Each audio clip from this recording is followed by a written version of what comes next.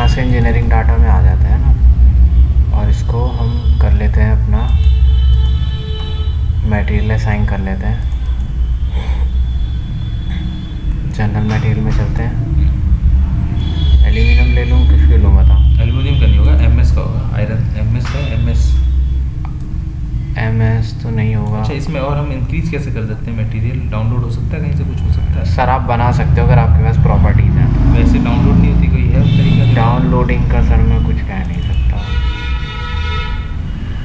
आप खुद से बना सकते हो अगर आपके पास में वैल्यूज़ है तो। ठीक है, चलो कुछ एक उठा लेते हैं। ठीक है, कास्ट आयरन ले लेते हैं और क्या। और है ग्रे आयरन है? नहीं, बस यही है सर। एमएस है, माइल्ड स्टील हो, एसएस ले लो। नहीं, इतना ही है। स्टेनलेस स्टील है। स्टेनलेस स्टील तो रहेगा ही। नीचे करो, ये ये ले। चलो ठीक है, और यहाँ से रिटर्न टू प्रोजेक्ट। अब मॉडल पे चल के डबल क्लिक करते हैं।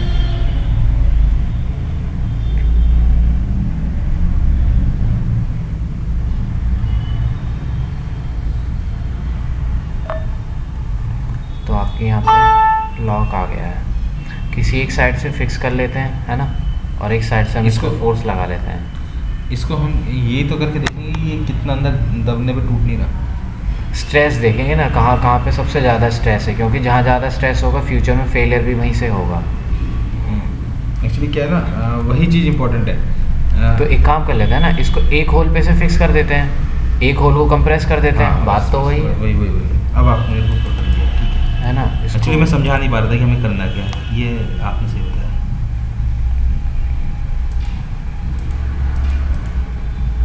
यहाँ से मैश जनरेट कर देते हैं। ये सही देगा। अब यहाँ से उठा लेते हैं हम लोग, स्टैटिक में चलते हैं, यहाँ से लगा देते हैं फिक्स सपोर्ट। एक होल पर से इसको फिक्स कर देते हैं। ठीक है, फिर लोड लगाते हैं इसके ऊपर, फोर्स दूसरे साइड से हम फोर्स लगा लेते हैं। ये लगाएंगे हम Z डायरेक्शन में, है ना।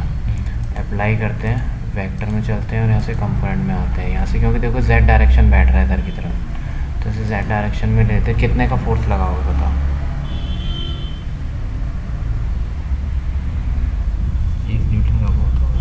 1 न्यूटन का, 2 न्यूटन का लगा लो, चलो जितने का भी है, क्योंकि इसका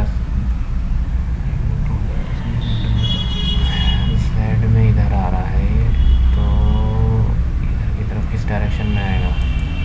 0। Y में देखते हैं 2।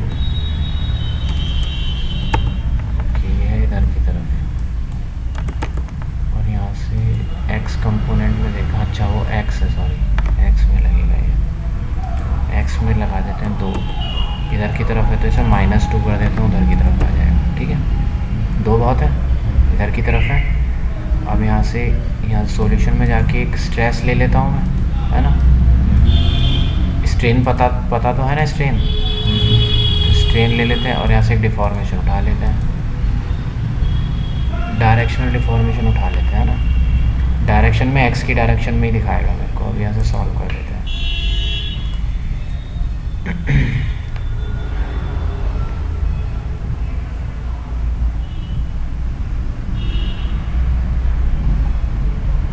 स्ट्रेस देखते हैं सबसे ज़्यादा कहाँ है। सबसे ज़्यादा स्ट्रेस इस एरिया में आ रहा है। ठीक है, जहाँ से रेड आ रहा है 35 मेगापास्कल तक वहाँ पे स्ट्रेस पहुँच रहा है। ठीक है, ये पूरा रेड जहाँ है, क्योंकि भाई यहाँ से तो पकड़ ही रहे, यहाँ तो पड़ेगा नहीं, जो मेन स्ट्रेस है वो यहीं आना है।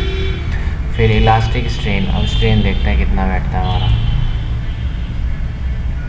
ठीक, ये 2 था।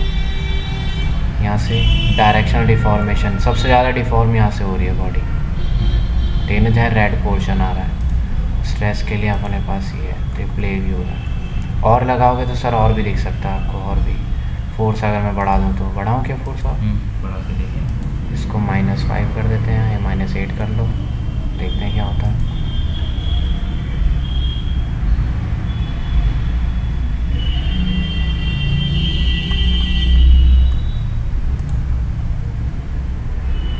हाँ, 142 पास्कल आ रहा है प्रेशर, बढ़ गया। हाँ, तो फ्यूचर में अगर ये ब्रेक होता है तो ये यहीं कहीं से फेल होगा, सिंपल सी बात है ये। 8 न्यूटन तक भी हाँ, टूट नहीं रहा है। मतलब टूटते हुए तो सर ये मैक्सिमम पे भी नहीं दिखाएगा, ये मैक्स आपको रेंज दिखाएगा कि कहाँ सबसे ज़्यादा स्ट्रेस जनरेट हो रहा है। ब्रेकिंग पॉइंट नहीं आता इसमें? ना ना ना, ब्रेक नहीं आएगा सर, ब्रेक तो कभी भी नहीं दिखाएगा। अगर आप मिनिमम से मिनिमम भी फोर्स लगाओगे ना, उसमें भी मैक्सिमम स्ट्रेस किस एरिया में है वो दिखाएगा आपको। ठीक है, तो इसे स्टॉप करते हैं और इसे मैं सेव कर देता हूँ।